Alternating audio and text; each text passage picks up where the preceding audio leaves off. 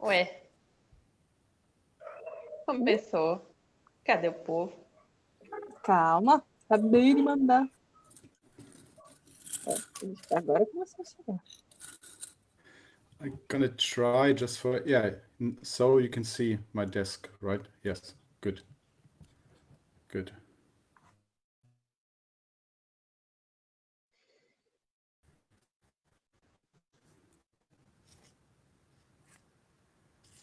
Okay. There they are. Hi, Richard. Hi. Olá. Tudo bem? Oi, Enzo. Boa tarde. Ô, Felipe, tudo bom? Hi, Malte. Hello. Hey, Oi, boa tarde, Hi. Caterine. Oi, Caterine. No. Ei, pessoal. Hello, Malte.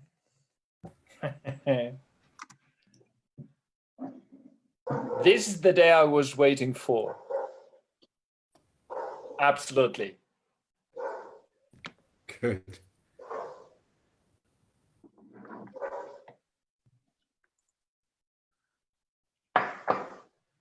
Olá, Bruna, Vivian. Como está, Renzo? Boa tarde. Cadê o neném, Enzo? Enzo.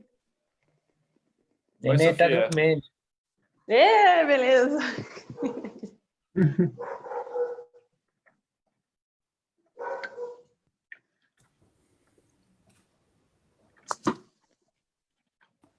Cadê a Sofia? Foi embora. Ah, tá lá. Oi, Sofia. Tudo bom? Tudo bem, menina? Oi, formiga. Opa, tudo bem? Bom, garoto.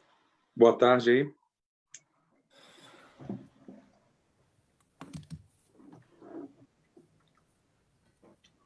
Bruno, tô sem áudio. Boa Bruna. tarde. Boa tarde, Bruna. Boa tarde. Tudo bem com vocês? Tudo bem. Graças a Deus, tudo certo. Graças a Deus. Sofia, Boa tarde. boa tarde.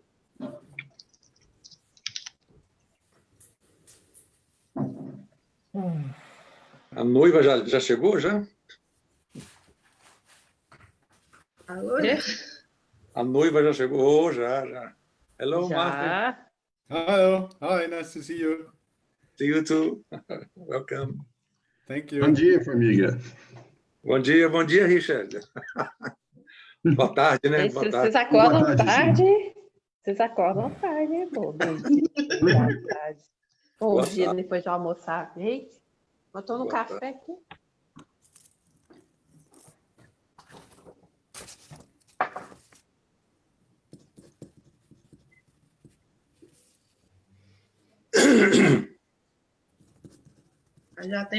Já chegou uma turma já no Facebook também. João Márcia. Pô, vou pegar água aqui, esqueci. Ela está perguntando, a Lina, se dá para fazer pelo Face também. É, sim. A Vivian já respondeu.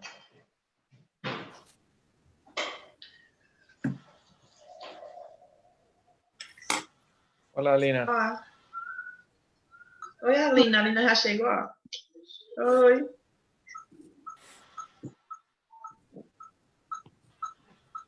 Chegando aqui o pessoal.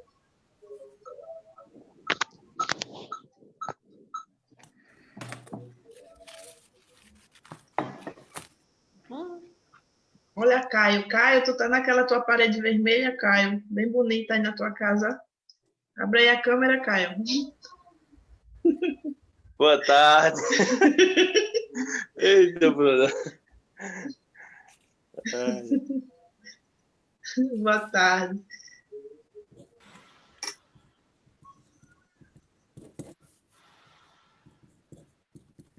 E aí, vamos? Por favor. Vamos lá, vamos.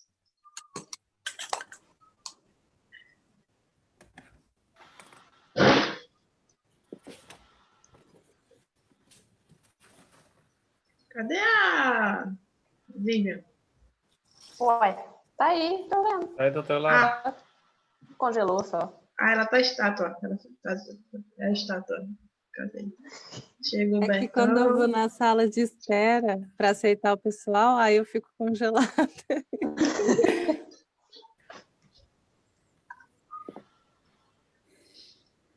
Pronto. A gente já pode começar aqui já, pessoal. Ok. Vamos começar, né? Já são 3h15. Embora. A gente começa aqui e a Vivian vai aceitando e... Vamos lá. Vamos lá, pessoal. Boa tarde. Boa tarde a todos que já estão aqui no Coronabassus. A gente deu uma pausa aí de uma semana, todo mundo, aí uma boa parte aqui da turma participou aí do FIMUCA, que foi um festival super bacana que aconteceu essa semana passada. Catê, professor Formiga, tinha bastante gente lá, né? Eu assisti também, foi muito bom, estão todos de parabéns aí, viu? Catê, Formiga e a turma toda que organizou. A classe de fagote foi muito legal, muito bacana. Romeu mandou bem na organização. Muito bem, muito legal, estão de parabéns lá. O festival inteiro e a classe de fagote especial, né, que é a nossa, né, gente? A gente deu essa pausa aí de uma semana para participar do festival, que foi muito bom, e agora a gente retoma as nossas lives, né? Hoje a gente está recebendo o professor Malte. Eu quero dar boa tarde aqui para a Vivian. As perguntas de vocês enviem aqui pelo chat ou pelo WhatsApp para a gente adicionar o formulário, tá certo, gente? Catê vai ter acesso ao formulário aí, Catê, onde você está? Na verdade, Bruno, hoje eu estou um pouquinho lascado, porque meu computador não está pegando internet lá em cima, não. Então, estou voando sem segurança. Pronto, mas vão enviando aqui para a gente, pessoal, que a gente vai sinalizando a Catê sobre as perguntas.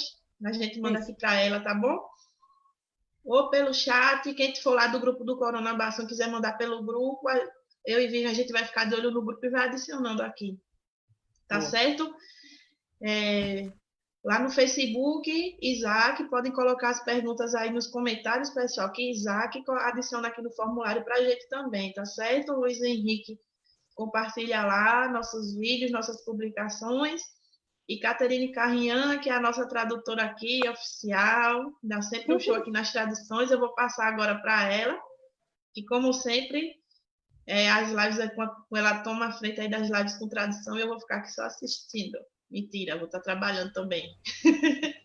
Ei, boa tarde, sejam todos bem-vindos. Boa tarde, Catê. Pode ir, Catê. Ei, Bruna, muito obrigada. Então, pessoal, hoje estamos recebendo o Malte Refard de novo. Hi, Malte, how are you? Hi, everybody. Good to see you. So I'm really glad to be with Coronabassus again. It's been now 5 weeks or so, or 6 weeks, I don't know, since the last time. And I hope all of you are doing well. I hope you're all healthy. And I hear from the news how bad this COVID-19 is going on in Brazil and South America. And so I just sent you, first of all, I sent you my best wishes from Germany, because we are kind of over the hill, I think. So I hope this will happen soon to Brazil as well. Good to be. Thank you, Malte. Thank you. Então, o professor Malte falou que ele está muito feliz de estar conosco de novo, mandou votos de saúde para todo mundo, que ele obviamente ficou sabendo da situação da Covid aqui no Brasil, e disse que lá na Alemanha está se recuperando bem já passaram do pico e já está voltando à normalidade. Right. So we're doing reads today. Yes, first of all, I have to excuse myself that I'm quite late, because yesterday and today I was in Zurich, in Switzerland, with Matthias Rax, and I sent you all best wishes from him as well. And we had 2 fantastic bassoon days. And today I was the whole day in the train, and I just came home 30 minutes ago. So I have to clear my mind now and start thinking about reeds. Yes, that's the point. Of course, don't worry about being late. We're Brazilian. We're always a little bit late as well. There's no problem there. Ele pediu desculpa pelo atraso. Na verdade, ele não está atrasado, né? A gente atrasa também. Tá tudo certo. Ele estava em Zurique hoje de manhã. Passou 2 dias lá com o Matthias Rack. E fizeram 2 dias de festival de fagote por lá. E Matthias mandou saudações para nós também. Então, nós vamos hoje conversar sobre palhetas. Okay, so you're going to show us how you build your reeds, is that right? Yes, so I prepared something. Unfortunately, with Zoom, I cannot have 2 cameras. So I have this one where I can show everything inside the camera, and then I can switch to this one. So you can see my fingers, and you see I have all my stuff here.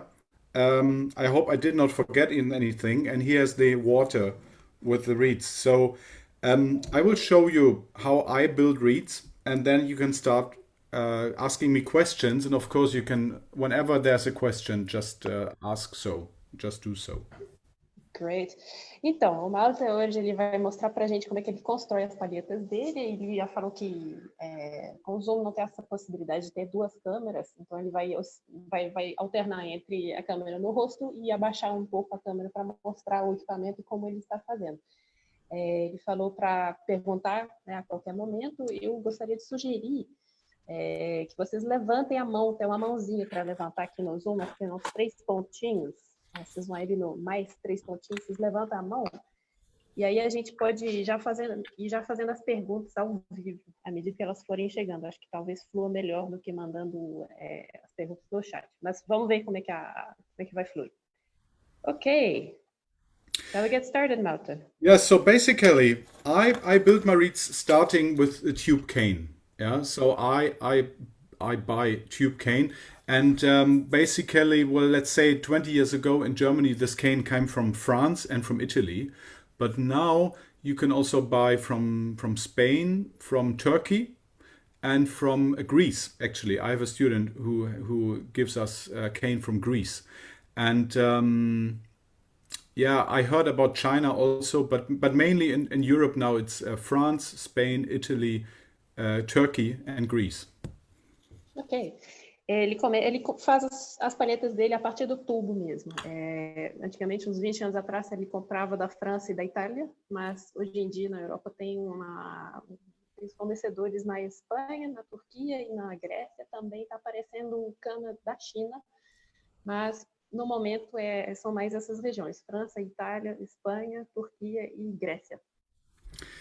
And I went to France, let's say 10 years ago also. I went for holiday to France, and very often I could go to the factories there of Rigotti, Silvercane, Madame Guise, and I could choose colors. I could choose how, and I could have a look also inside the tubes how they grow. That this is very straight, so and not like that, and also the diameter is very important. Yeah, for my machine, I have for my gouger, for my gouging machine, I have 25 millimeters is my diameter. So that's also important. If you buy cane, you need to know the diameter. Ok, great. Ele visitou a França uns 10 anos atrás, no período de férias. Ele visitou várias fábricas, foi na Rigotti, foi na Silvercane e na Madame Guise. E ele teve a oportunidade de escolher os tubos que ele ia comprar. Ele escolheu baseado no formato da cana, para ver se o tubo estava muito reto, né? Muito regular, e também escolheu em função do diâmetro. Ele constrói as palhetas dele usando um tubo de 25 milímetros de diâmetro. Ele disse que isso é um critério muito importante na escolha da cana. So and when I just make this in quarters, this tube, it looks like later on it looks like that, right? Like this. So once I have these ones, I also look a lot like they are straight. That's very important. They should not be like an S or so. They should be straight. And also, if I see from this side, it should be also straight. That would be fine. Yeah, because otherwise, if it's bent like in U, then it's not so good in the gouging machine. Yeah. So, and also the outside of the cane, I also have a look on that. It looks quite regular. This is important. Regular and not too yellow and not too green. So, but this is something you get from experience. Ok.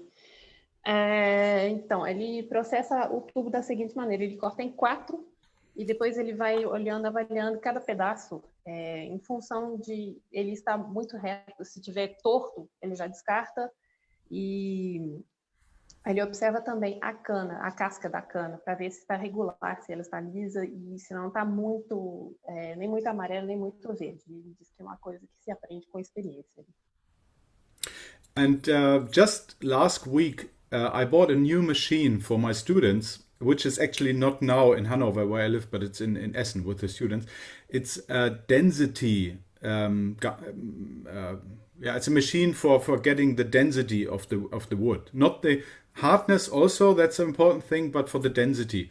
It's from Georg Rieger is the company where you can buy it, and it is based on that you have a scale where you put the cane on, and then it tells you how's the weight of the cane. Yes, how's the weight. Then you put it under water, and then it tells you how much it tries to get up. You know, when it's underwater, it tries to get up. Yeah. And these two measures of the weight are. It's a mathematic thing. it's a combination. Maybe, yeah. I hope you understand.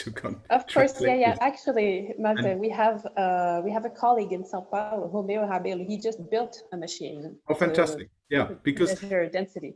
I did this now the last week, and I have here like 20 of I don't know, no 50 of these canes, and I think it's a very, very good idea. If you are asking for the density of the wood, and then after that the hardness also is very important. Excellent.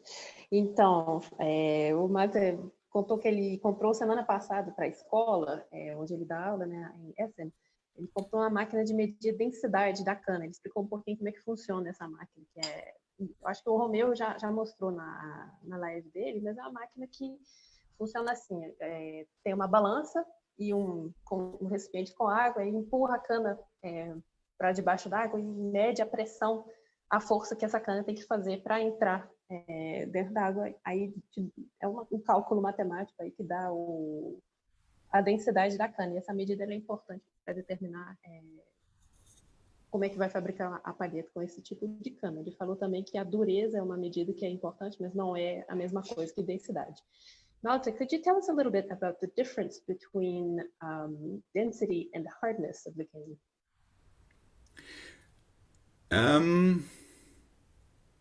Well, the density is actually, what is that in English?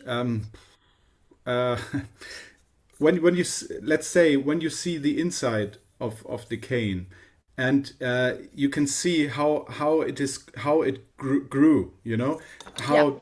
If it grew like really like that, or if it grew like that, or like that, or like that, you know how, and this can tell you something about the density, but you cannot see it in the end, of course.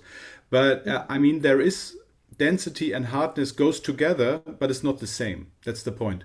But basically, the density, I think, is the first measure which is important for the cane, and this is also the reason why you use this machine before the gouging.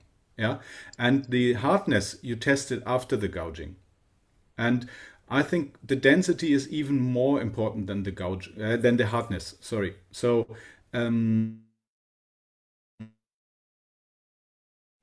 the thing is more important. For me, this is what I think, but I have to test it even more. Yeah. Okay, I lost a little bit there. Sorry. Okay. Yeah. Let's just say the density. I haven't used this so often that I mean I cannot tell you much more about it actually, because I just tried it out last week. But I think it's very important. Yeah. Ok. Eu perguntei pro Malte se ele podia explicar um pouquinho para a gente qual que é a diferença entre a dureza e a densidade da cana. Basicamente, a densidade, a resposta dele é que a densidade da cana ela te confirma como que a planta cresceu, né? Se ela cresceu com as fibras mais apertadas ou mais afastadas umas das outras. Uma outra diferença entre densidade e dureza é que a medida da densidade a gente faz antes de passar a cana na máquina de goivar, e a medida da dureza a gente faz depois de goivar. Ok, thank you. Okay, so once I've used the gouging machine, I get out a cane like that, right? So that's just a gouged cane, and then I also use the hardness tester, and so I have these are important measures, and I put it down with a pen actually on the cane when I sort it, when I have it on my storage place, yeah. And when I want to build it, I put it in water minimum 2 hours into water and maximum 4 hours actually. And important thing also for me, because before the gouging, I don't put it in water. I know that many people use the water for 24 hours or for 12 hours or so. But when I studied with Dag Jensen, I tried it out without the water. And then after that worked actually, and nobody in the class and also Dag didn't use the water anymore before the gouging, right? But before I want to build it now, I put it in water 4 hours. Interesting. Então, ele goiva a cana a seco, ele não coloca a cana de molho antes de goivar, mas depois, quando ele vai construir, aí que ele molha assim. Então, depois de goivar, ele mede a dureza e marca essa dureza em cada pedaço de cana, e aí supõe que ele faça uma triagem. Malte, so you mark down the hardness of the cane on every piece, and then I assume you separate them. Yes. According to, yeah. And also I measure also the how to say the thickness of the cane also. Yes, of course. Ele mede também a espessura da cana. E antes de construir, né, começar o processo de construção na palheta, ele vai deixar essa cana goivada de molho durante 2 a 4 horas antes de começar. All right. Yeah. So you've got your gouged cane. It's all measured up, and now what? Yeah. So now it goes on. I show you here. Now I take sandpaper actually, and the sandpaper I have. Let's see. I have an 800 and a 1500 and a 2000 sandpaper, and I just use it to make this a little bit more smooth here. The cane from the inside, just to make a little bit more smooth. Maybe you want to translate it while I work here. Yes, I'm not sure we have the equivalent grit measurements, but is it rather fine or is it very? It's very, very fine. Actually, much. Okay. Fine. Okay. Yeah, right. Okay, so yeah, it's the same. Então, ele antes de mais nada, ele usa uma lixa d'água 800, 1500 e 2000 para desbastar um pouquinho o interior da cana goivada, para torná-la mais macia, mais regular. E assim, eu tô um pouquinho espantado, muito francamente, porque é muito fino. Formiga, o que você me conta sobre isso, essas lixas muito finas? Não, ela basicamente ela dá só um polimento. Yes. É um polimento. Polish. They just polish. Yes. Yeah, that's the point. It's actually more for polish, not for taking away, not for making it smaller. It's just a kind of polish. You're absolutely right. Yes. And it's actually the reason why I do this is that the air goes better through the reed. And yes, the air can go faster. I know there are bassonists in former times who wanted to have the sound very dark and very smooth. So they don't do it actually. But let's say in the bassoon sound has changed a little bit to a little bit brighter sound. And generally today we play with more air, I think. Yes. And this is good for it. Yeah. Yes. Brilliant. Então, gente, eu falei besteira, não é para desbastar, não. É um polimento, realmente. Obrigado, Formiga, por me corrigir. E vocês repararam que ele usa, né, a lixa molhada com a cana molhada. Eu suponho que se fosse fazer esse movimento com a cana seca, ele usaria a lixa seca.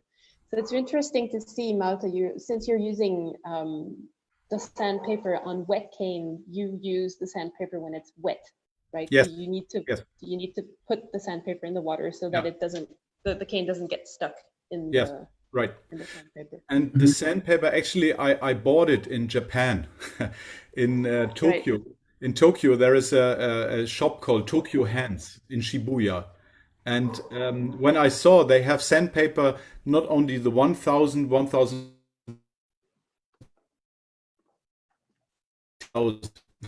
they have sandpaper which feels like normal paper, so smooth, you know. Wow.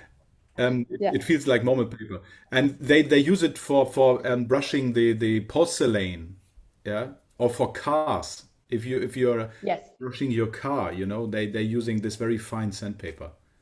Yeah, like that. Yeah, 800. You have it, Richard. Okay, great. Interesting. It's meant to be wet. Yes. You can't use just normal sandpaper. Yes, Wet or dry sandpaper. right. Can you show that again, Richard, please? It's wet or dry. That's the brand name from 3M.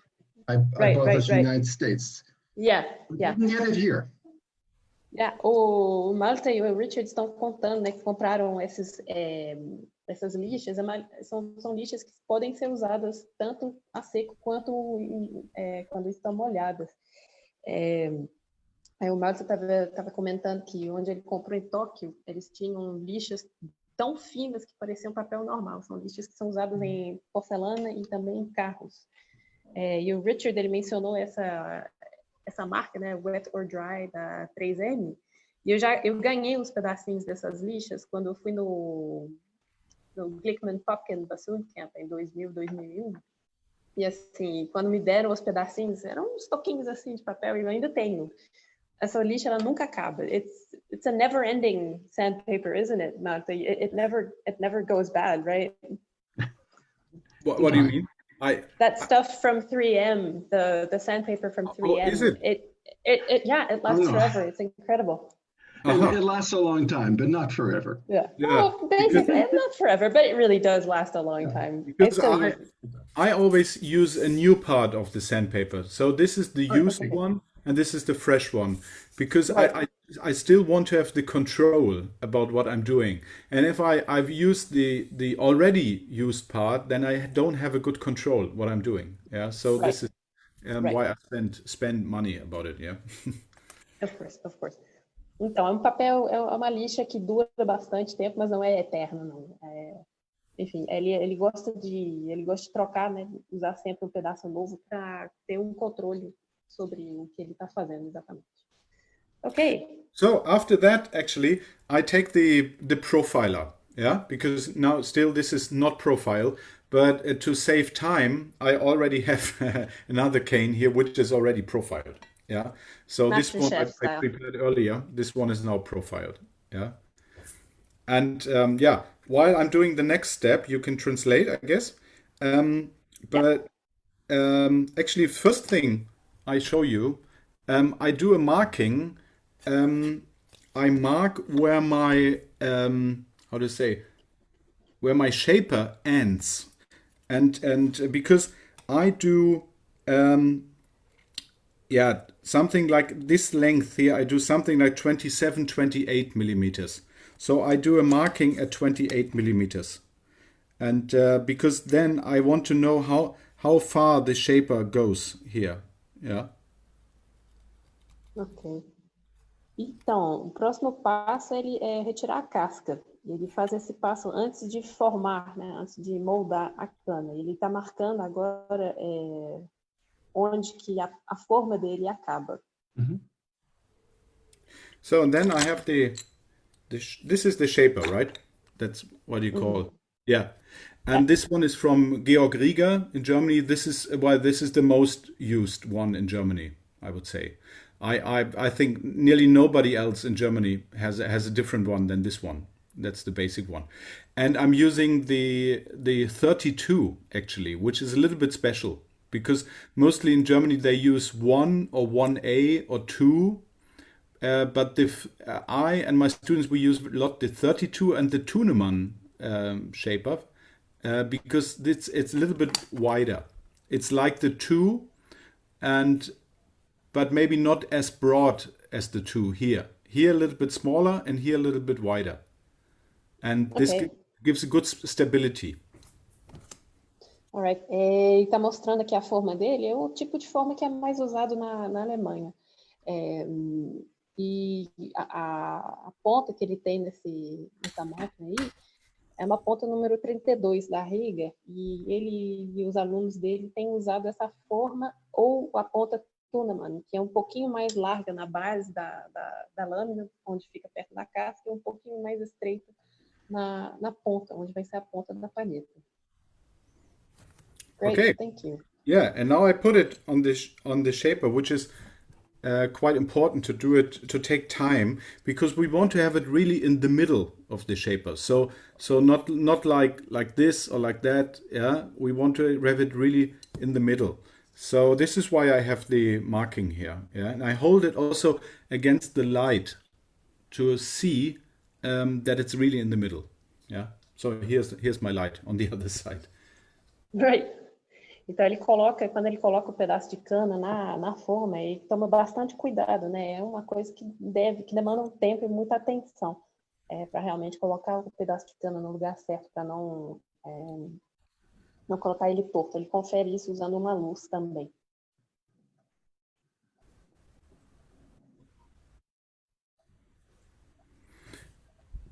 Yeah, hi. So there you are again. Okay, so I have it now really in the middle, and I watch also that how do you call this, the fibers or so? Yes, the fibers. Yeah. I looked at my shaper and the fibers. There's really one direction, so not like that. Yeah. Right. Ele confere com muita atenção se as fibras da cana estão paralelas, né, realmente alinhadas com a forma com a ponteira da forma, para não ter assim, as fibras desviando do centro, que realmente isso ia atrapalhar bastante. And for the cutting now, this is just a very cheap knife from the supply shop, or how do you say? This is because the other like one is too expensive, and it's a really sharp knife. So, and this one is quite cheap actually. So that's why I use it. Okay, I lost you there for a minute, but I think I can probably guess what you said. Right. You were talking about very sharp knives, and this is just a cheap construction knife from a hardware shop. And since you're going to be touching metal with it, it loses its sharpness very quickly, right? Yes, perfect. So that's why I use a cheap knife. Yes. Ok, ele usa esse estilete de construção, né? Que você acha em qualquer loja de material de construção. E por que ele usa essa faca baratinha? É porque, como a lâmina vai entrar em contato com o metal, ela vai perder o fio muito rapidamente. E essa lâmina do estilete dá para, né, trocar, a lâmina é baratinho e não tem que ficar preocupado, não. Então, ele vai usar esse tipo de estilete para formar a cana. Começando da parte onde tirou a casca para a parte onde ainda tem a casca. Então, da ponta da futura palheta até o tubo. And when I'm cutting now, I do a little bit in this direction also. I know some bassonists don't like it to cut like that, but I just do it a little bit. Yeah. Ele faz a finição no sentido contrário, né? E alguns fagotistas não gostam de fazer assim, um pouquinho de medo, mas So and very important when for the beginners maybe here in the class, in the course, yeah. The most important thing what I see with students always, you need to have control of what you're doing. So that's why I have my thumb here. Because like this, I can work like that. Sometimes I see students who just do like this, and that's very dangerous. Because very easy you can cut yourself. But if you have your thumb here, that won't happen, hopefully. Então, é uma medida de segurança para a gente aqui, principalmente para quem é iniciante e nunca fez, sempre ter vários pontos de apoio na forma, né? Usar o polegar que está segurando, da mão que está segurando o estilete para apoiar a mão, para minimizar os riscos de corte, tá? Sempre muita atenção, muita estabilidade para não se cortar. And also the shaping actually is one of the most important things what you can do with your reed. And I take a lot of time actually. So I just do it until I'm really satisfied with what I'm doing.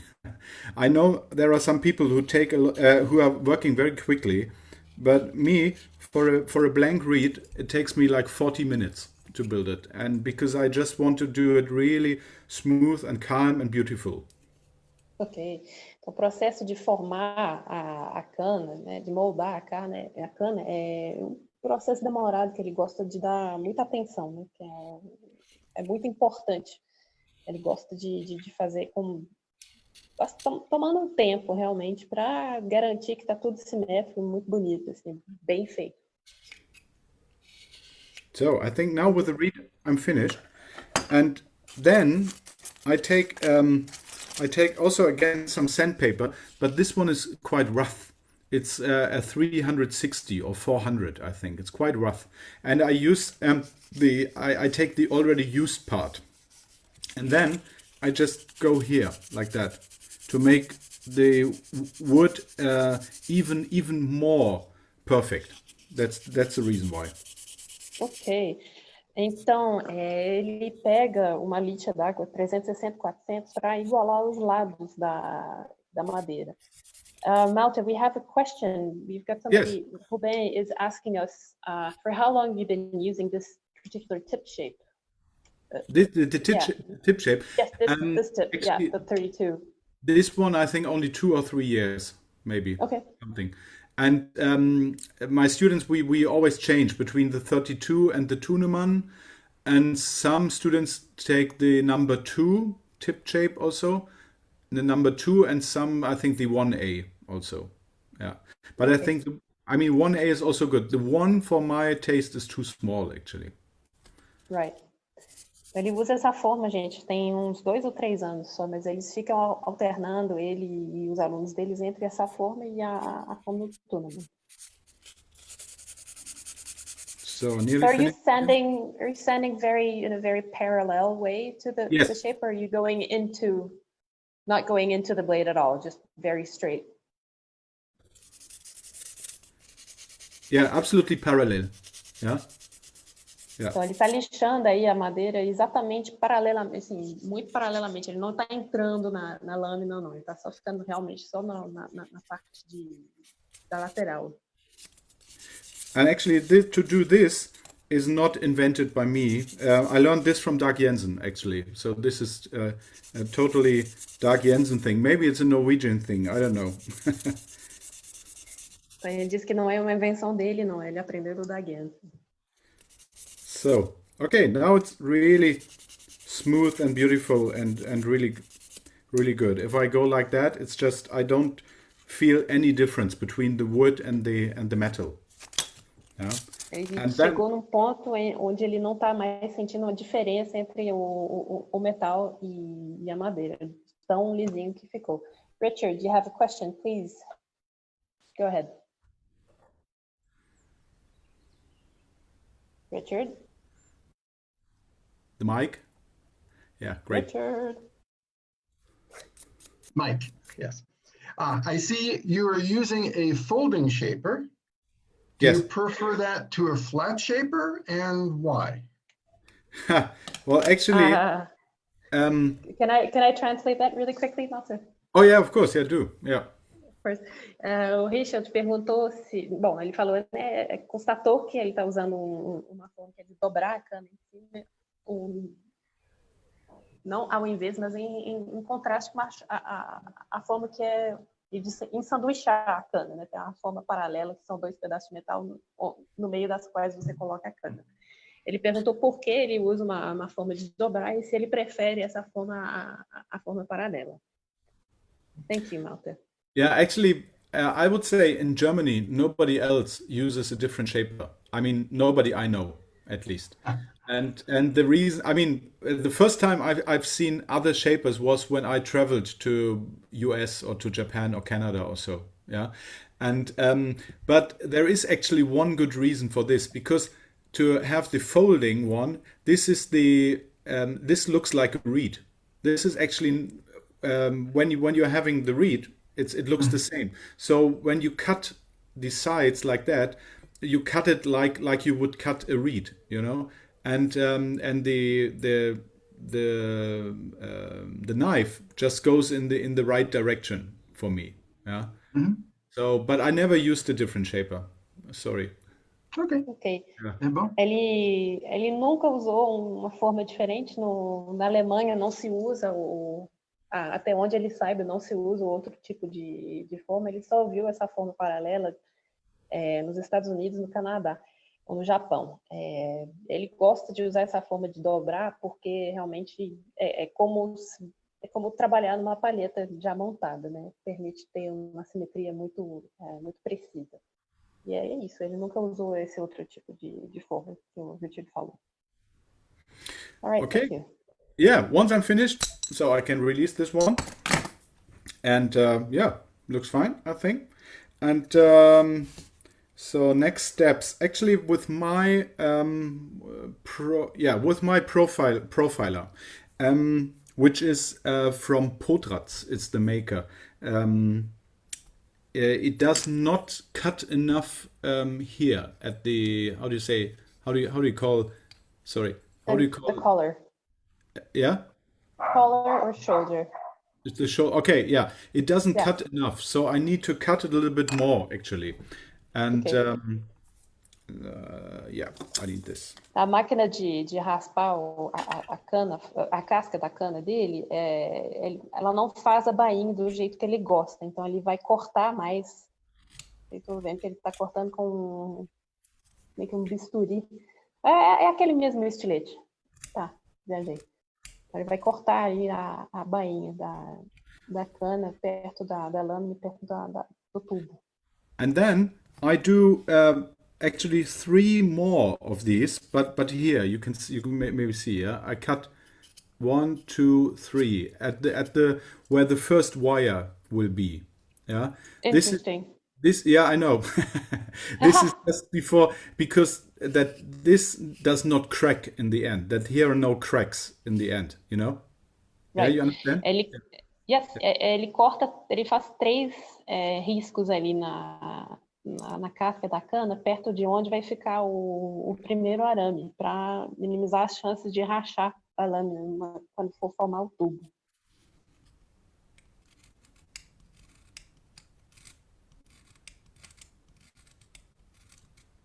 Okay, yeah, you're there. Okay, so good. And then just where the second wire will be, I will cut now from here to the end. Yeah, and actually how I do it, I don't cut deeply. I just scratch it, but then I do many scratches. Yeah. Okay. Also, I know people are doing the other way around. They don't do many; they just do a few, but then cut really deeply. But I just didn't like it. For me, it works better the other way around. Ok. Ele faz as ranhuras na casca da cana a partir de onde vai ficar o segundo arame até o final. E ele não faz de maneira muito funda, não. Ele faz uns arranhões superficiais na cana. Ele não gosta de atravessar, não. We have a question, Malte, from Richard again. Yes. What is the thickness of the cane at the shoulder? You mean like this part, right? The back part. Yeah, right where the scraped cane meets the Yeah, the the bar. profile. The profile part. Oh, the profile part. Okay. I think here it should be something like 1.0, between 0.9 and 1.0, I think. Like that. Okay. Ok, a medida da cana no encontro da parte onde não tem mais casca até com o tubo, a medida de espessura é de 0,9 até 1 milímetro. But actually, I have to say that as I now use the density tester, 1.0 may be too much, because this is quite dense cane. So maybe I will go over to a little bit thinner here. So let's say 0.9. Yeah. Ok, desde que ele está usando a máquina de medir a densidade, ele constatou que 1 milímetro pode ser um pouco exagerado, muito espesso. Então, com a cana mais densa, ele gosta de usar a cana um pouco mais fina na parte de trás da lâmina. So I just need 30 seconds more, and then I'm Of course. finished. Então, vocês estão vendo como é que ele está fazendo essas ranhuras. Ele faz são muitas ranhuras superficiais na cana. And then I do something which is for my information. I have here, this is a kind of a needle or so. Yeah, this is very sharp at the tip, and I use it to scratch my information about the maker and I always did the hardness also. So the maker actually is, just for my information, this is French cane, and I got it from a student whose name was Katharina. So I'm writing a K with the needle, and it's the hardness is something, I think, 14. So I write a K and a 4. This is just for my information. Ok, ele usa esse instrumento aí que parece uma agulha, né? Um instrumento muito pontudo, muito afiado, para identificar cada pedaço de cana. Ele vai colocar de quem ele ganhou ou de quem ele comprou a cana, né? Se é cana francesa, cana italiana, e vai colocar a medida de dureza também. So, and then I need to cut it to the right length, because it's just now it's not the right length. And here's again 28 millimeters. Vai cortar agora o tubo em 28 milímetros. Yeah, so that's enough. And for cutting, I'm using this. This is from my garden, and you can use it for the roses, right? But it's important that this is straight. This is should not be bent, so not in U also. Yeah. Ele está usando uma tesoura de poda de jardinagem para cortar essa parte do tubo. Ele usa uma tesoura de poda reta. É curioso que a gente aqui no Brasil, eu já vi muita gente usar uma tesoura de poda curvada. So, Malte, this is very interesting, because here in Brazil, we've seen a lot of people use a curved pruning shears. So I'd be curious to know why you use a straight one. Because the curve may be too much, and so this may break. Then that's well, this is just my explanation. But if people doesn't break it, it's fine. But I always advise my students to look for a straight one. Right. And I noticed that you cut both sides, right? Yes, You cut both at once. Yes. Então ele corta as duas pontas da cana de uma vez com a tesoura de podar. Interessante.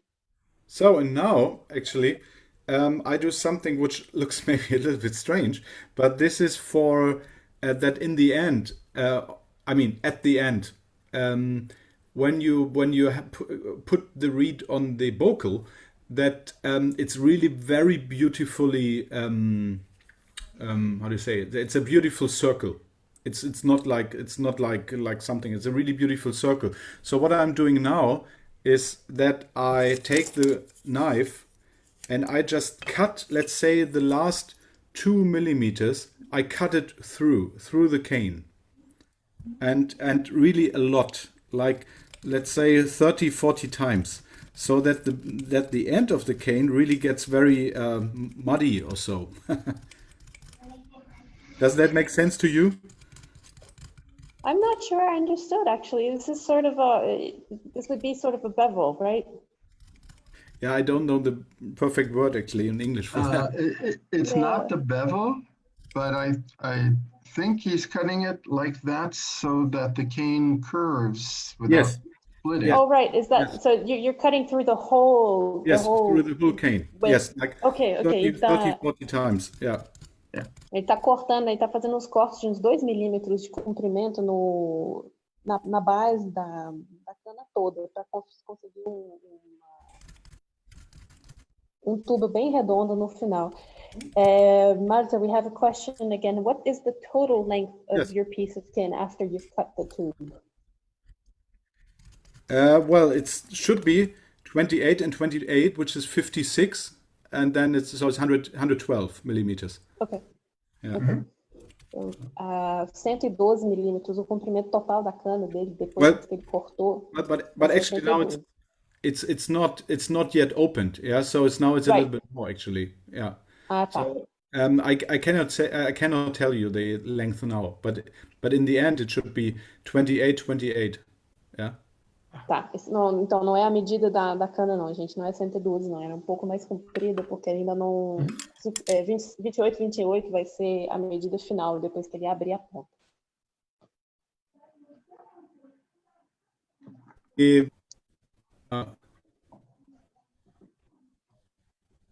Sorry, is the internet okay? Yeah, okay. But in the end, It depends on your playing. It depends on what you need for your playing. Because when I was younger, I played in the back 28, and here I play 27. But then after a while, when I saw for what I'm playing bassoon in the orchestra of a chamber music, I need to play a little bit lower, because in my former orchestra in the NDR radio, the strings were playing quite low. So I needed to have a good low sound, and so I made it a little bit longer, which was also good for the sound quality also for me. Yeah. Right. Ele falou que as medidas vão depender muito da situação, das exigências de cada um, né? No contexto que você está tocando. Antigamente ele tocava com 28 milímetros de tubo e 27 milímetros de lâmina, só que quando ele foi para a orquestra NDR, a afinação era um pouco mais baixa, então ele acrescentou 1 milímetro na lâmina para baixar a afinação, e também ele disse que ajudou a qualidade do som. So now, actually, I'm doing. I will cut something. I will use the knife for cutting, and I will show you what I will do.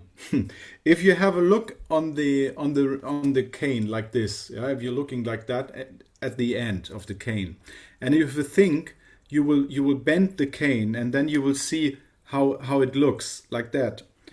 It will actually look like this. Yeah.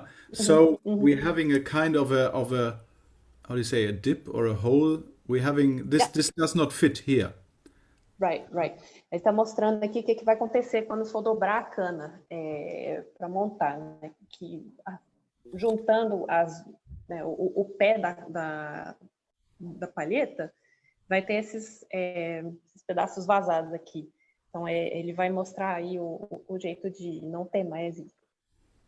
So what we need then is to make a small cut to having it that it can fit more beautiful. Yeah. So I'm cutting away here, just the last 5 millimeters or so of the cane. The reason is that it should fit better on the bocal. Ok. Ele vai cortar aí nos 5 milímetros do pé da palheta, e ele vai cortar onde ele coloriu ali, vai cortar nos 4 cantos da palheta, aí, em comprimento de 5 milímetros, para melhorar o ajuste da palheta no tudel. So in the end, it will just, hopefully, it will just look like this. Oops. Yeah. So in the end, hopefully it will look like that. Yeah. Yes. So that's the difference. Why I do it. Tá aí o efeito de cortar esses cantinhos. Yeah. So, and then I take a knife which I can just take that knife. That's okay. So I mean, this needs a little bit of experience. Of course, I cannot show this perfectly on Zoom. Yeah, but I just do like that. Yeah. I think that's more or less a 45 angle, right?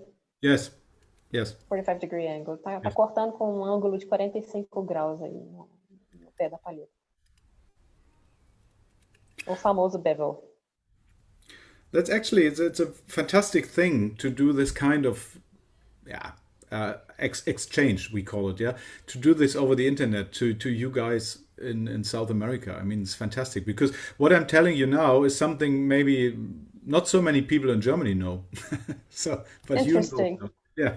No, it's really cool. It's very generous of you to be showing us too. Thank you so much. Ele está falando que ele tá achando sensacional compartilhar essa informação com a gente, porque, né, até nem na Alemanha ele não está, essa informação talvez não esteja circulando tanto, aí pela internet já está chegando até a América do Sul, então muito legal. Intercâmbio de informação. Actually, to say this at this moment, just when I told people in Germany about what you are having here at Corona Bassoons, we don't have this in Germany. We don't have this in Europe. I haven't heard about it at all.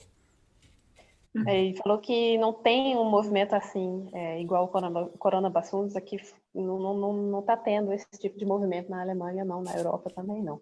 There have been a few events actually, but they're very sort of sporadic and they're not long lasting. There was the International Bassoon Meetup. Yeah, I know. They were webinars. That was cool. I attended some classes. There was really good.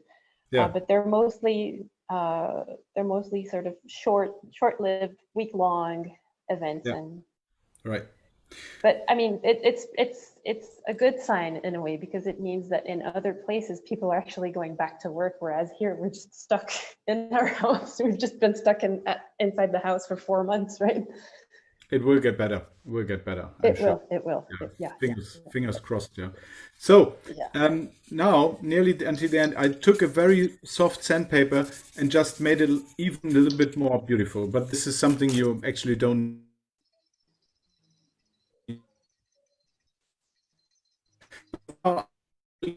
The reed. We lost you there for a Yeah, minute. internet is again. Yeah. Yes. Yeah. Yeah. But now I have this tool. It's a toothbrush, which is from my student time. This is a 30-year-old toothbrush, and I just use it to clean the cane. Yeah. Ele tá usando essa escova de dente de 30 anos atrás, certamente nunca foi usado dentro de uma boca, para limpar a cana antes de montar a palheta. And I clean it because, you know, and at a reed, when you're blowing a reed and it makes something like zzz, yeah, you know, stuff like that. It may come because there is some cane just stuck somewhere, and there's no chance to get it out. And this is why I use the toothbrush really to make it really good clean. Ok, ele faz essa limpeza antes de montar a palheta justamente para expulsar qualquer pedacinho de cano que pode estar preso na madeira antes de montar, porque uma vez que a palheta está montada, realmente fica impossível, né? Muito difícil ou até impossível de tirar.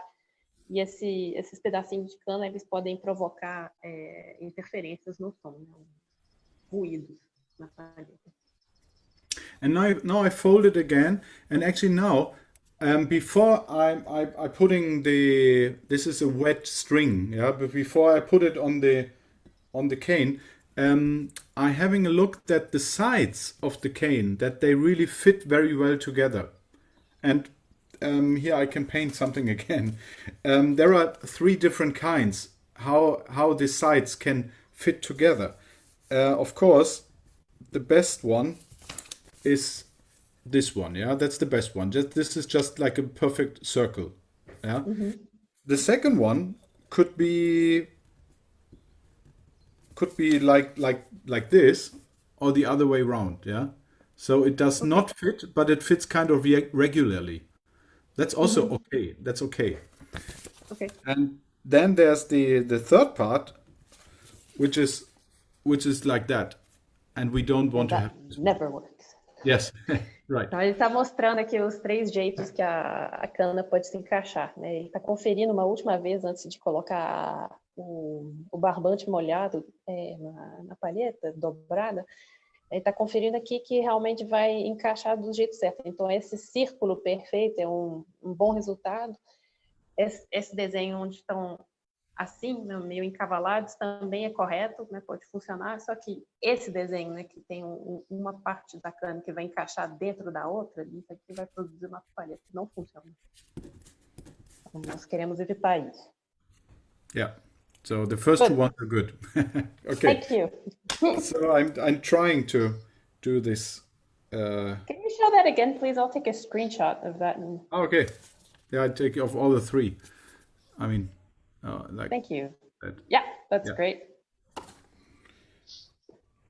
Okay. My eyes are not so good. I'm too sleepy. Sorry. That's fine. That's fine. Yeah, it should be good like Tá com that. sono, tadinho. Você viajou o dia inteiro, tá muito cansado, já tá tarde aí. Não vamos segurar ele muito não, viu, gente? And now I'm having the string, which was in water before. And yeah, you're calling that string, right? In English? Yeah. Yes. Ele tá colocando o barbante molhado agora. That's not the same string that you'll be using to wrap the finished reed, is it? It is the same string, actually. Oh, is it? Is Yes. it cotton string? Yeah, it's cotton string, and it's not expensive. So Ok, ele tá usando barbante mesmo, barbante colorido de algodão, simples, molhado, né? Tava de molho ali, vocês viram? E ele tá embrulhando a palheta da base dela até a ponta. So you wrap it with wet string from the bottom up. Yes, To but the... without pulling, just wrapping it. Tá. So Sem no apertar. no power. Sem força, sem Yeah. rasgar a cana. Yes. And without any wires yet. Yes, without any wire. I know Sem people. colocar arame. Yeah, I know this is something what many bassoonists do differently, but yeah, this is just my way that works. Yeah. So looks like that then. Yeah. Okay, great, thank you. We have another question, Malte, just before Yes. we go on. Richard asked you about the bevel and asking you to what extent you think the bevel influences the reed in a sense that it creates a fulcrum that will influence the opening of the tip of the reed. I'm going to translate that real quick.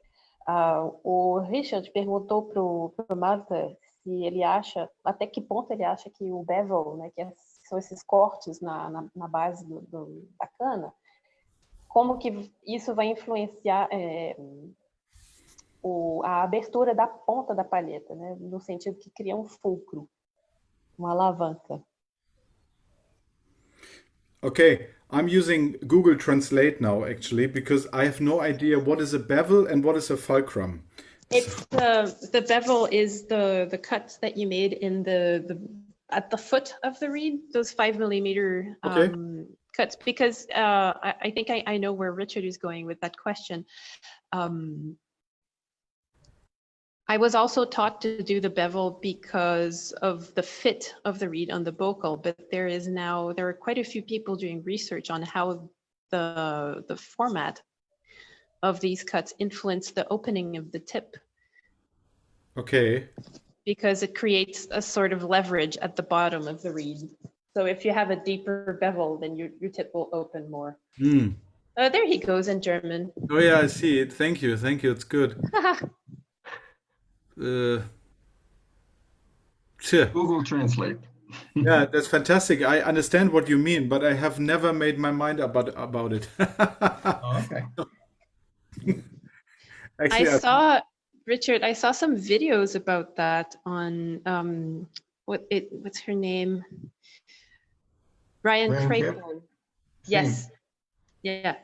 Então, tem a conversa aqui, gente, tá uma discussão grande sobre a influência do bevel na abertura da ponta e como que a gente pode usar isso, mas não é um fator que o Malte integrou na fabricação das palhetas dele, não. Realmente a função desses cortes que ele faz no pé da cana dele é mais de ajuste no bocal, não tem essa preocupação com a influência que vai ter na abertura da ponta, se eu estou entendendo bem. well, actually, let's say in the end, we say in German, we have a saying which means there are many ways leading to Rome. And, and everybody has a certain way how to build reeds. Everybody has a certain system how to build reeds. And what to do with a reed, what to do with the scraping. And in the end, you just feel what you're doing, and you're just building your reeds according to your system here as well. And according then to your breathing, and then according to your instrument. So in the end, it's important. It's just very important that you find a system.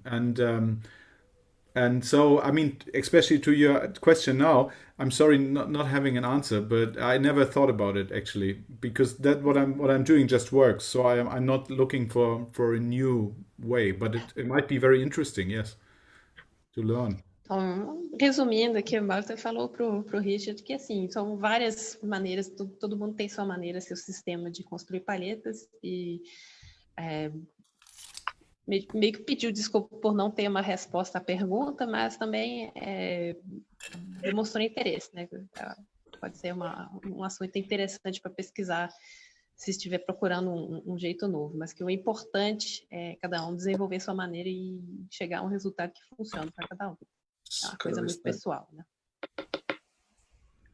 So now, actually, I prepare here. Normally, because now I'm using a hot mandrel, a very warm one. And normally in former times, I put it over a candle for, let's say, like 20 minutes or so. Yeah.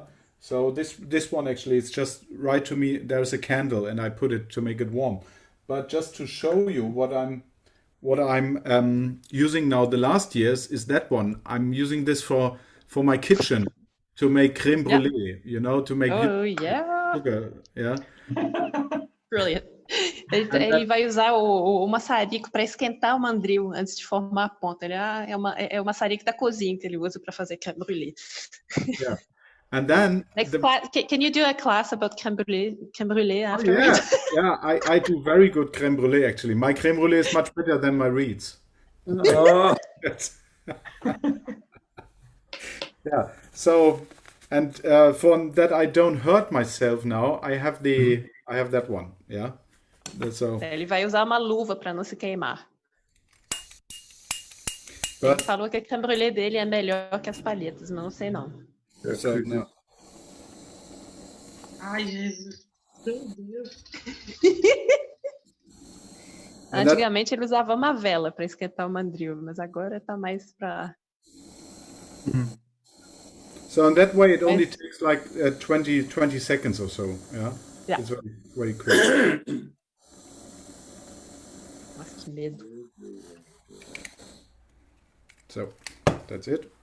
Meu Deus. And then it need to be very fast, very quick. So I just put it in the middle. Sorry, that's the camera. I just put it in the middle, and then I put it here on the bone here. Yeah. So because you don't want to change the position yes. in the middle. Yeah, so no yeah. twisting. No twisting, you just shove it down. No right? twisting. That's very important. Yeah, right. Okay. So that's why I have it here on my bone here. Yeah. So Yeah, this hurts a little bit, but sometimes that's needed. I do it on the table because it really hurts. Ele vai colocar então a palheta no mandril quente para formar um tubo. Ele sem girar, né? Ele só coloca assim a palheta descendo de maneira paralela em cima do mandril. Yeah.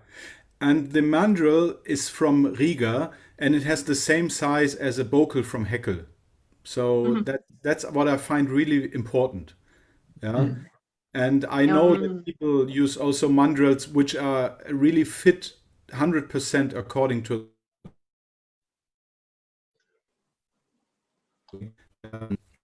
which mandrels are. That's a Riga. That's a normal Riga. Ele usa o mandril. Is that the long mandrel from Riga? Just the standard mandrel from Riga. Ok. Ok. Yeah. É o mandril da Riga. Mandril é... Mas I think I saw... Felipe, você achou também que parece um mandril longo, né? It's a longer. There's actually two models that I know of by Riga. Really? There's a long one. Yeah, there's a long one that has a finer tip for shaping the tube, and then there's that's the long one.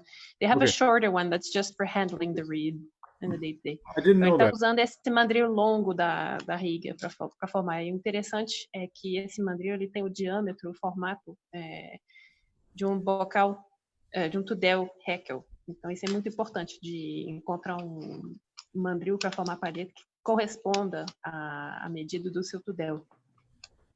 So now I took away the string and just as far as I need for the first wire. Yeah. Ele vai remover ele remove o barbante até o lugar de colocar o primeiro arame. And now I put the camera a little bit more like that. Malte, yeah. Just 1 second. I don't know what standard is for you, but my mandrel is, I don't know, 20 years old probably, and I use this ring. I have it, but is it the same form as yours? Yes. Yes. If it's like that one, it's the same ring. It's the same size. Yeah. Looks pretty much the same to me. Yeah. I mean, like that. Ah, there you go.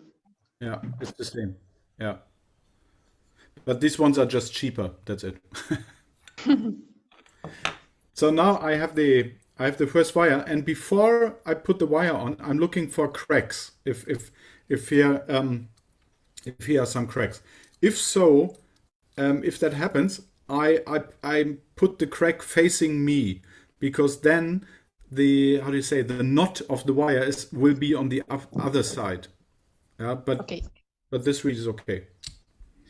Então, ele procura, primeiro, antes de colocar o primeiro arame, ele procura ver se tem alguma rachadura na lâmina. E se tiver, ele vai colocar o arame de maneira a cobrir essa rachadura um pouco com o lugar de juntar os arames. Então, ele vai colocar essa rachadura do lado da palheta, vai colocar a palheta de maneira a ter a rachadura no lugar, a ter o arame na lâmina que tem a rachadura. Tá difícil hoje, perdão. What you can see now, while I'm pulling the wire, I'm not using this one. So I'm just using my hands, because with my hands I can control the how much pressure I'm using. Ele tá colocando, vocês viram, né? Ele coloca o arame só com a mão para controlar a pressão e a tensão que ele está colocando no arame. So you don't use the pliers quite yet. Yes, because most students actually, when they use the pliers, they pull too much, and then the wire goes how to say, goes inside the cane, and we don't want them. We don't want to strangle. Strangle the cane. Yeah, that's why. Tá. Ele faz com a mão para não enforcar a cana, né? Para não colocar uma quantidade de força e de pressão no arame que vá danificar a cana. May I ask you, what is the thickness? What's the gauge of your wire? What's the diameter? That's 0.6 actually. Tá. Ele usa 0,6 o diâmetro do arame. Yeah, 0.7 in Germany is used for contrabassoon. Right. So, yeah. 0.7 é para contrafagote. And is the alloy very? It looks quite soft. Do you have different sort of hardness of the wire levels? Yeah. No. I'm looking for it. This is just the standard one from Riga. Right. Standard. Tá. Ele usa. Tá. Ele usa esse material da Riga, então. Mas parece bem maleável.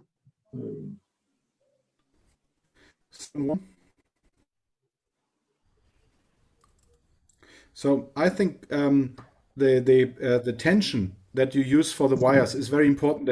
That at this point you don't have too much tension. Yeah. Right.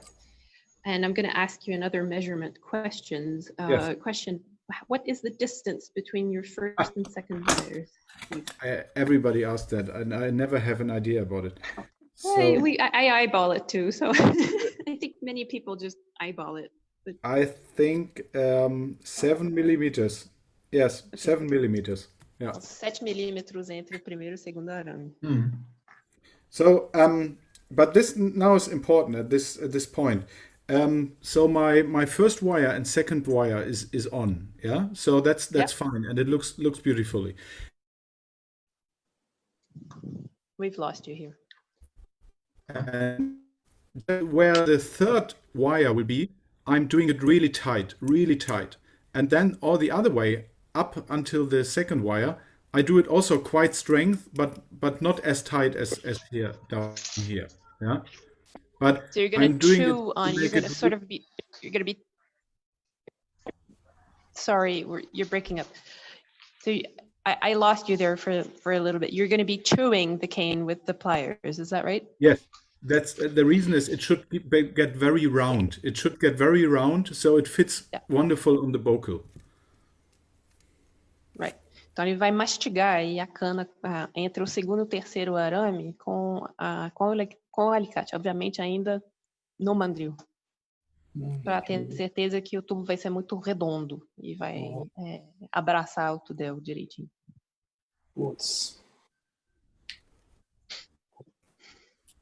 So this part I'm having a plier which is round here. Mhm. Yeah, so I can use it here now. Good. Yeah. Tá usando esse, vocês viram, ele mostrou aí o alicate dele, que é o tipo de alicate que é vazado, né? Tem um espaço redondo no meio para ajustar melhor, pra fazer essa manobra. Yeah. Okay, so this is enough, I think. Now I take off the string, and then it takes a while. So, and then the third wire. And the third wire, actually, I'm taking the plier then, because for the third wire, yeah, whatever you do is not so important with it. Yeah, it doesn't do anything to the sound, the third wire. Ele vai colocar o terceiro arame usando o alicate e aí ele não está mais tão preocupado com essa questão da pressão, porque o terceiro arame não tem tanta influência no som da palheta.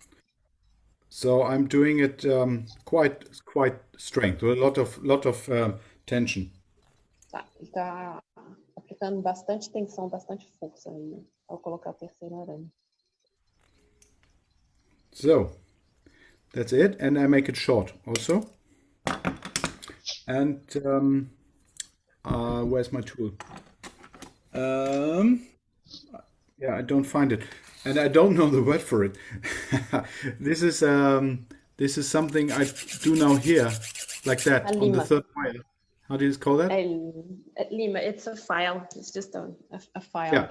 Ele está limando aí a ponta dos arames para evitar de machucar. And the reason why I do it is, if the end of the wire comes out of the string, it's just that it doesn't hurt your fingers. That's the reason why. Yeah. And now I'm putting glue around it. Vai colocar cola. But now the glue should come out actually. It's stuck. And this glue is a special glue with this, which is waterproof, and it gets hard very quickly, and it's very stiff. Yeah, it makes the reed very stiff and waterproof at the end of the reed. É um tipo de cola que endurece muito rapidamente e faz com que essa parte da cana onde ele vai aplicar a cola fique impermeável. But nothing comes out. Mas ele não está conseguindo, tirar, não, que entupiu o tubo de cola. Until I will fix it, I can tell you a funny story about it, because when I was a student and I was in the first semester, I had a reed making lesson with Dag Jensen, and when we came to the end for the glue, he said, "So this is very important. I'm having a very special glue from Norway." And I said, "What? Yeah, fantastic. Which special glue do you have?" And he said, "Yeah, it's waterproof. It makes it stiff, and it dries very quickly." And I said, "Well, this one is from Germany. It does the same." So, but he imported it from Norway. Yeah. Tá contando aí a historinha sobre Was it Dag Jensen? Yes. Yeah. Ele estava contando Dag Jensen todo feliz, contando da cola super especial importada da Noruega, que acabou que era exatamente a mesma cola que ele já estava usando na Alemanha. So, I mean, just a little bit glue, not too much. This is just that the string fits very well on the reed. Tá. So, where's my string? Oh, sorry. Ele colocou um pouquinho de cola, não é assim, não é para lambuzar muito a cana, não, é só para fazer a corda grudar.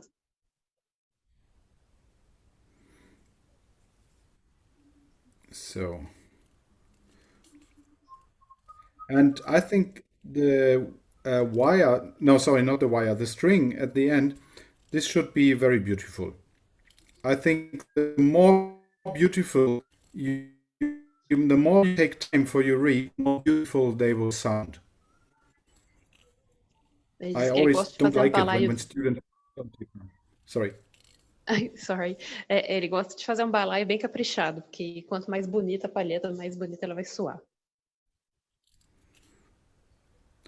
Very often when I look on reeds of students and they look very badly and not beautiful, mostly they also don't sound beautiful.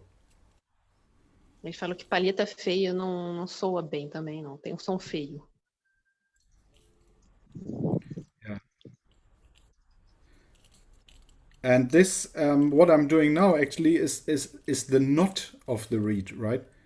This is just, this is a very old thing. We should always have an eye on that, this what I'm doing now is the same work that bassoonists 200 years before did also. Uhum. É um serviço que todos os fagotistas 200 anos atrás faziam, né?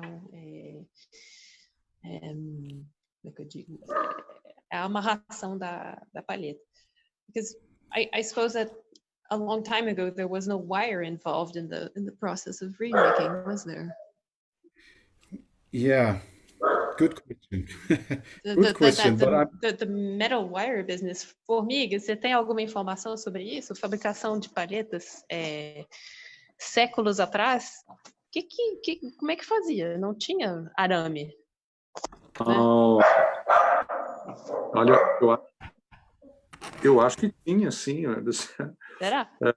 Eles usam, né? Eu usava não era de latão, mas tinha que usar o arame, sim. Fio, era diferente, mas tinha. Entendi. Não, falei besteira. não, tem que usar. Tem que usar. So, okay, now it's nearly finished.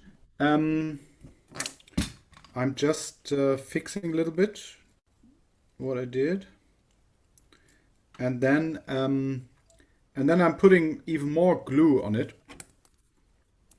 Tá terminando aí, ele vai colocar uma outra camada de cola por cima do barbante dessa vez. And you may ask why I'm building it until the end, what I'm doing then. Huh? But the point is, I'm only, when I build reeds, I build 4 or 5 blanks at the same time. And I leave them on the mandrel. I don't put them away. I have 6 mandrels, so I can build 5 blanks at a time, and I just let them dry on the mandrel. That's the point. Ok. Ele sempre fabrica 5 palhetas de cada vez, né? Ele tem 6 mandris para conseguir deixar a palheta secar em cima do mandril. But do you always finish? So you mean, do you always finish the reed? That's always your process. You always take away the string and just make it from beginning to end. Yes, I make it from beginning to end, and then I just put it in my storage place or something, and I let it dry for 2 days, and then I open it. Ele deixa secar 2 dias antes de abrir a ponta. Well, actually, that's also something I learned when I studied with Dag Jensen. Before I had no idea about it, and I asked Dag, why are you doing it? And he said, yeah, it just works. It works. And the good thing is, when you leave it on the mandrel, you leave it on the same size as your bocal. That's the point. Huh? And it also dries. It takes 2 days and then it's dry. So that's no problem for the reed. And the only thing is it limitates to the number of mandrels you have. And I have 5 mandrels or 6, so it's no problem. Ele diz que ele deixa secar assim no mandril, porque realmente aí o tubo ele toma a forma do mandril, e como o mandril tem o mesmo formato do tudel, é bom deixar secar. Já vai ficando com esse formato, né, bem estabelecido, bem não é estabilizado. Obrigada, cabeça. Aí ele perguntou para o Dag Jensen por que ele fazia assim, e o Dag Jensen respondeu, porque funciona. Então, a única desvantagem é que Aí limita a quantidade de palheta que ele pode fazer de uma vez, a quantidade de mandris que ele tem. Have you ever used a mandrel with a removable tip, Malte?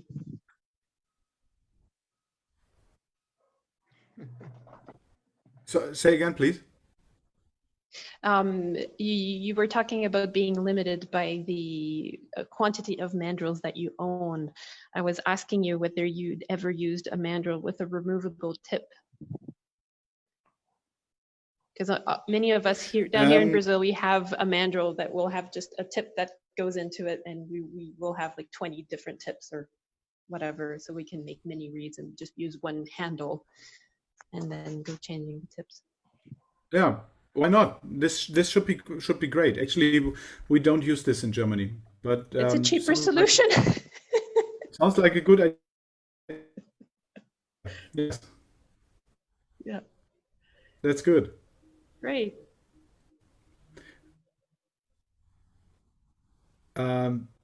Sorry, my internet is so slow here. It happens. Yeah, maybe I'm asking my family already if they're using the TV. So Probably. I don't hope so. But great. Anyway, so are there questions? Actually, not right now. We don't have questions. We have one comment from Michel Bété, who was my first teacher. He says that actually there was only one wire in the old days on reeds, so they only used the first wire and then it was all string. That's very interesting information. I guess it really makes sense when you show us what you do with the string and the glue. Okay, so Yes. we have one question. We do actually have one question from Wesley. Wesley, manda ver. It's a question about scraping. Oi, Catê, eu vou fazer em português, tudo bem? Tá bom, Aí claro. você A minha pergunta era... Desculpa o barulho aqui. A minha pergunta era sobre... A gente sabe que a complexibilidade de raspar a palheta é bem forte, né? Eu gostaria de saber como que ele faz, aonde ele raspa para ter uma flexibilidade maior da cana. E outra coisa é como...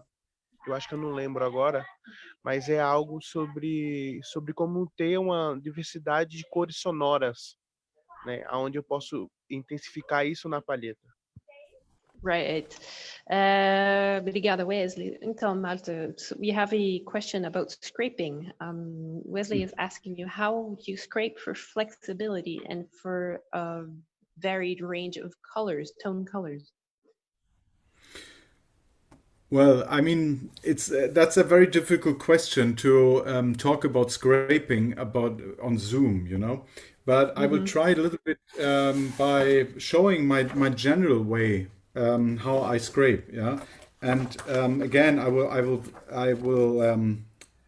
make a short drawing. So if this is the reed, okay. If this is the reed, in general, we are having the edges, yeah, and we're having the tip of the reed, and here in the middle we're having the heart, right? In the middle is the heart, yeah. You can see that, right? Okay.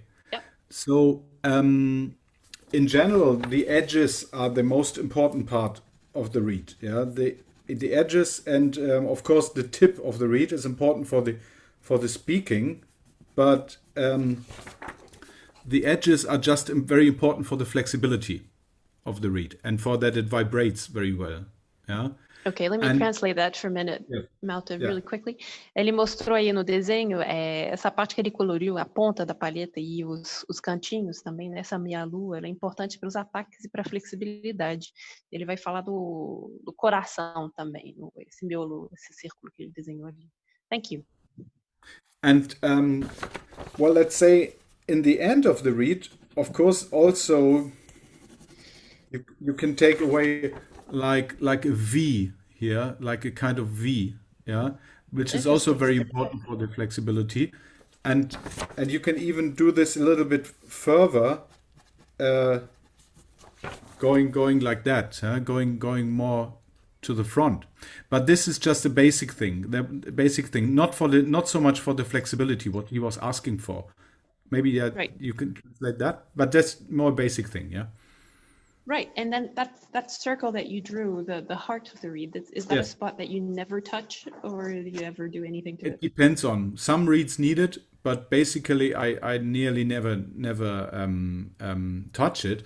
But of course let's say the size of the heart, this circle, it depends on. For some reeds you make it smaller, yeah.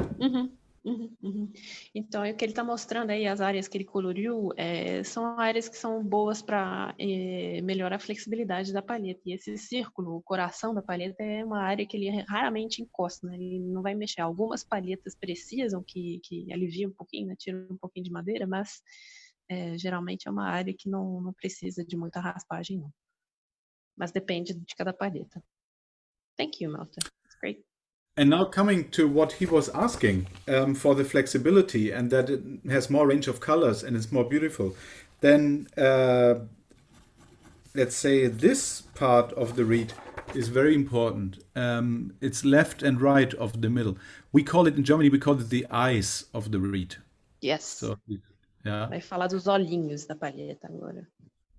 Yeah, and there you can do a lot for flexibility. And if you take away too much, maybe the E and the C sharp and the F will go down because it's too flexible. Yeah. É uma área que a gente tem que tomar bastante cuidado, porque se remover muita cana ali, corre o risco de o Mi e o Fá colapsarem, né? Cair. Brilliant. I'm copying this drawing right now. Thank you so much. Muito obrigado, Kate. Nada, Will. Yeah, thank you. Well, in general, I mean, but what is very important about reeds is that you are working in a good balance. A reed should always have a balance, left side and right side, upper side, down side, and then also the balance between the back and the front. I mean, if you take away everywhere, then this will not work. Yeah, you need a balance between back and front, and sometimes you need to change the balance also. And this is something which has a lot to do with experience actually, and a feeling for the reed, which you take. Fala que o mais importante é ter o equilíbrio, né? Procurar um equilíbrio na palheta, tanto entre a palheta, a lâmina de cima e a lâmina de baixo, quanto pro lado direito e o lado esquerdo da palheta. E isso só vem com experiência, né? E muita... vem de experiência de sentir como a palheta vai vibrar e funcionar para você. Thank you, Malte. Sorry, I think I interrupted you. We have 2 more questions, or maybe 3. Let me just double check. Our first question is from Formiga. Formiga, vai nessa. Pode fazer sua pergunta, por favor. Hi, Malte. Hello, Malte. I'd like to ask you about the measures you adopt to profile your profile. You process your entire cane. So I try to change here as what measures normally I use 0.9 to 1 millimeter, and here I use a medium of 0.4, and here I use 0.8. What do you think about these measures? I know that each one decide of different measures depending on the machines, but what do you understand that could be a good measure that the useful?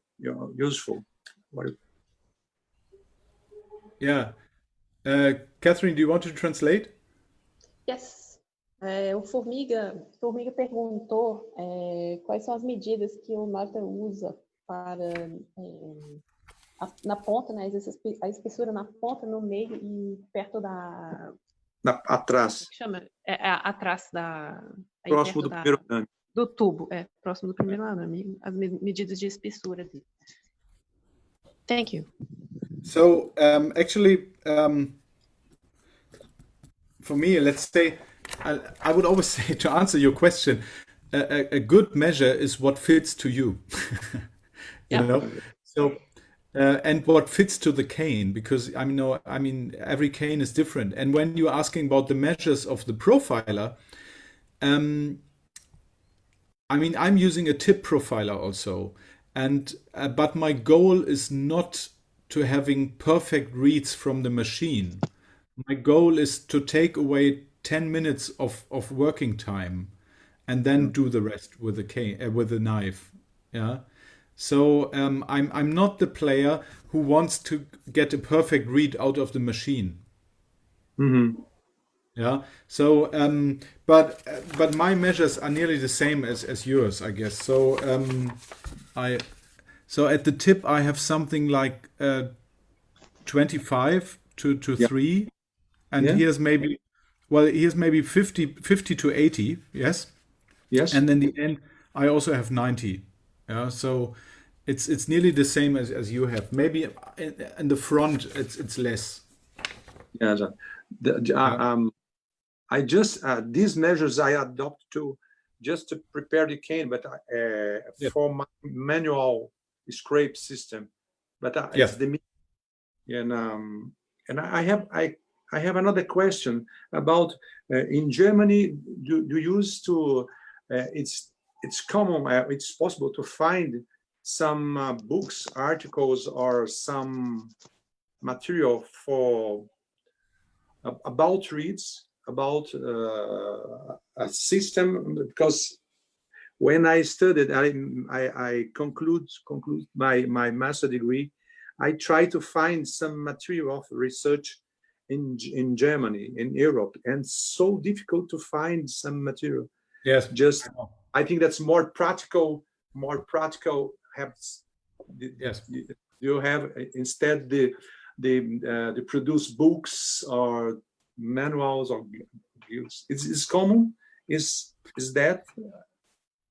No, until now I would say there are no very old books, only 1 or 2 very old books from the 70s, and nothing else. But actually, I'm at this point I'm writing an ebook, electronic book for iPad, for the Apple bookstore, and it's with videos and pictures with 3D pictures, and so I hope that maybe autumn this will be available on the market, but nothing else. Yeah. Ok. Okay. Thank you. Então, gente, pessoal, o Formiga perguntou das medidas de espessura da cana do Malte, né? Na ponta ele usa de 0,25 até 0,3, no meio da lâmina 0,5 até 0,8 e lá na perto da bainha 0,9 até 1 milímetro. E depois o Formiga perguntou sobre literatura sobre palhetas na Alemanha, se é muito comum, se existe, que ele falou que quando pesquisou, né, fez a pesquisa de mestrado dele, teve muita dificuldade de encontrar material na Europa. E o Malte confirmou que realmente não tem literatura recente acerca de palhetas na Europa, que só tem uns livros dos anos 70. Então ele está publicando um e-book, né, um livro eletrônico que vai estar disponível na Amazon a partir do outono de setembro aqui. Então vamos ficar de olhos abertos aí para ver esse livro que está saindo do forno. Próxima pergunta é do Alexandre Silvério. We have another question, Malte, from Alexandre Silvério, who is a colleague of in São Paulo. He asks you whether you ever buy reeds made by other people. Well, that's a very intimate question. But actually, I don't know, maybe 15 years ago or so, I tried to buy once reeds because I had to play so many concerts in the orchestra, and the reeds were just very bad. And I don't tell you from who I bought, but they're very bad. And I only could play 1 out of 10. And the rest reeds, they were absolutely new. I put them on eBay for sale actually. And then somebody sold it and wrote down a comment, the reeds are not good. I said, yes, I know, but that's why I sell them. Okay. Então, a resposta à sua pergunta, Alexandre, é que 15 anos atrás ele tentou comprar, né? Que ele estava muito ocupado, tinha muitos concertos para tocar. Ele pensou, vou comprar palhetas. Aí comprou 10 palhetas, ele não quis falar de quem, mas das 10, uma só tocou. Então, ele colocou as outras 9 para venda no eBay e o comprador até reclamou, dizendo que essas palhetas não eram boas, não. Então, né, inferindo aqui que realmente não, ele não compra palhetas dos outros, não. Então, but actually, I have one student. I have to say, one student of mine who builds, I would say, better reeds than I do actually, and sometimes he gives me some. Yeah, and this cane is from Greece, and he's just a perfect reed builder. So these ones are really good. But they also played by Sergio Azzolini and Matthias Rags, and some people in Europe plays his reeds. Então, ele tem um aluno que faz palhetas perfeitas usando uma cana da Grécia, então de vez em quando ele ganha umas palhetas dele. E são palhetas que o Matthias Rags e o Sergio Azzolini tocam também. Então, realmente, esse aluno dele é muito talentoso, fabricante de palheta muito bom. What's the name of that person who makes the perfect reeds? I put you actually. I put you his email here because I mean it's okay. Because at the moment, as there's Corona, he doesn't have he cannot sell a lot. So of course, that's good to know. It's good to know there is a good reed maker in Europe. Yeah. Not to say that we don't have any good reed makers here in Brazil. We actually do have many excellent reed making people. Yes. I think we have one last question and then we'll let you go to bed.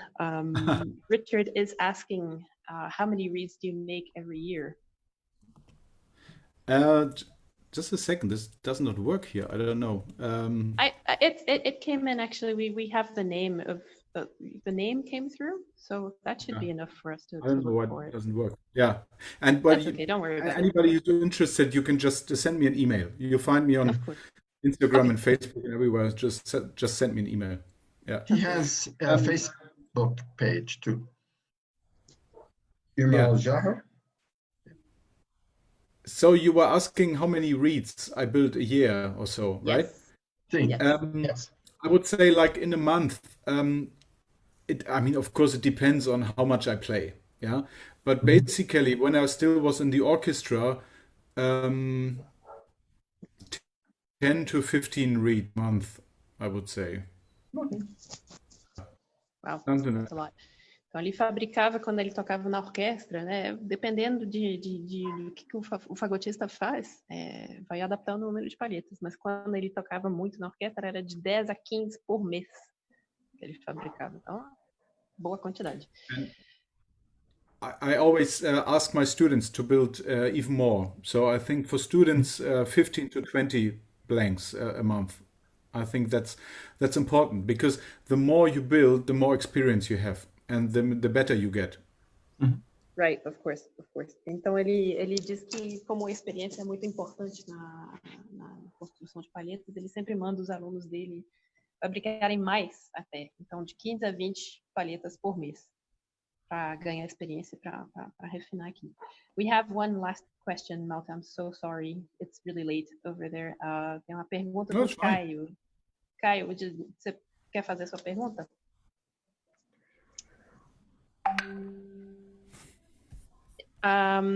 Caio, você quer fazer sua pergunta? Não, eu digitei, cara. Digitou, tá, peraí. Para termos uma palheta ou cana equilibrada, devemos deter a medidas de lâmina e tubo. Tá. Caio asks you whether you think it's necessary to respect in a very strict manner the measurements of the cane. More specifically, the measurements of the blades and tube. Well, of the tubes, I mean, it should have the right diameter. That's important, yeah. But the rest, you do by gouging and by profiling. So that then, of course, but for gouging and profiling, you should have your own machines. I mean, your own machines or machines from somebody else, but you should always use the same machines. I think what I very often see with students, a mistake is that they buy a lot of gouged cane or profiled cane, and then they have different measures.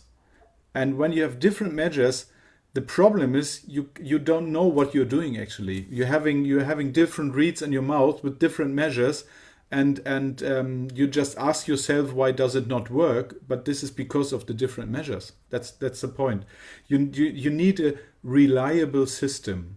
That's the most important thing actually. You need a reliable system, and you need to learn from your system. You need to learn what is the cane giving me.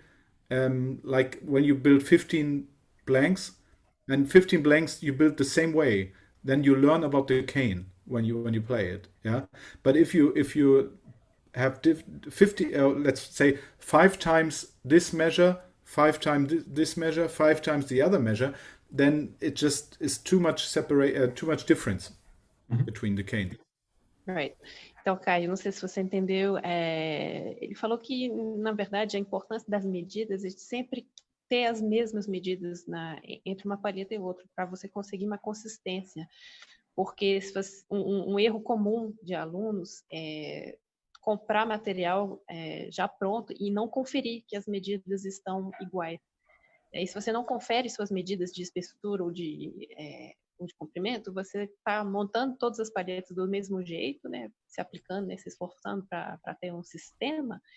E como você não conferiu as medidas, você tem umas palhetas que funcionam e outras que não, e você não consegue saber por quê.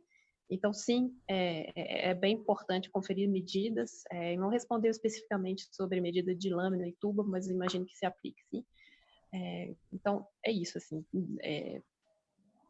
Ter certeza de ter uma consistência nas medidas do material antes de você montar a palheta, para você garantir a estabilidade, né, a consistência nos resultados.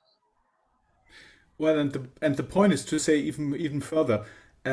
Of course, when you buy cane and you have different measures, of course, sometimes you have wonderful reeds. Of course, there's a chance that you have very good reeds. But this is maybe then luck. That's the point. And luck is something you need, yes.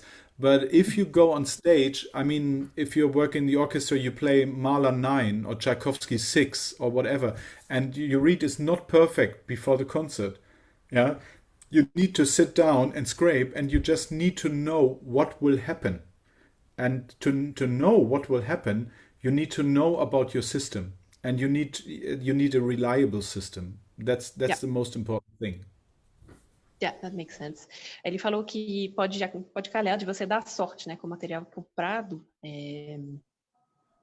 mas que, assim, claro que sorte tem que ter uma parte no sistema, mas que é super importante você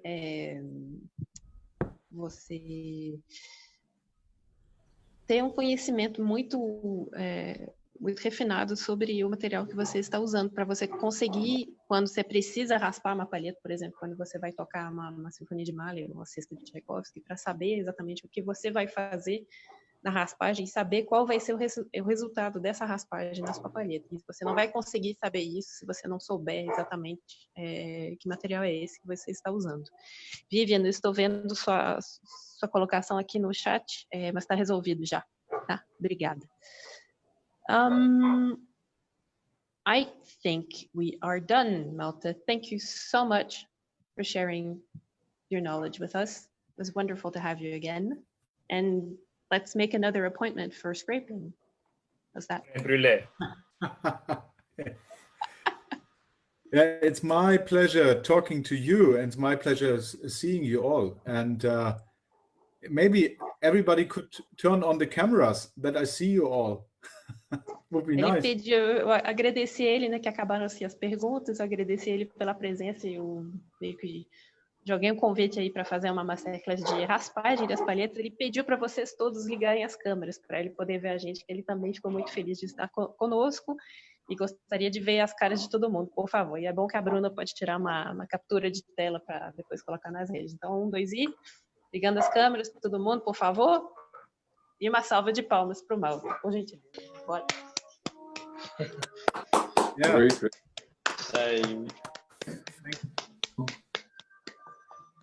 Yeah, thank you, everybody. And yeah, I just have to say, my best wishes go to you. Please stay healthy, stay safe, and best wishes to you and your family. Right? That's from my deepest heart. Yeah. Thank you. And this will go away. The COVID-19 you will also get over the hill, and things will get better. Yeah. Então, ele mandou, de novo, reiterou os votos de saúde e segurança para todos nós, torcendo para que a gente consiga achatar a curva e passar do pico da curva logo, que isso tudo vai embora. E é isso. Fiquem seguros, tenham saúde e até a próxima. Thank you, Malte. Yes. Hey, thank you, everybody. Thank you. Obrigado, pessoal. Best wishes, and hope to see you soon again. Okay. Okay. Thank you. Bye bye. Ciao to everybody. My pleasure. Ciao. Vivian, avisa quem é a próxima live. A próxima vez. Hasta la próxima. Bom, gente, boa tarde.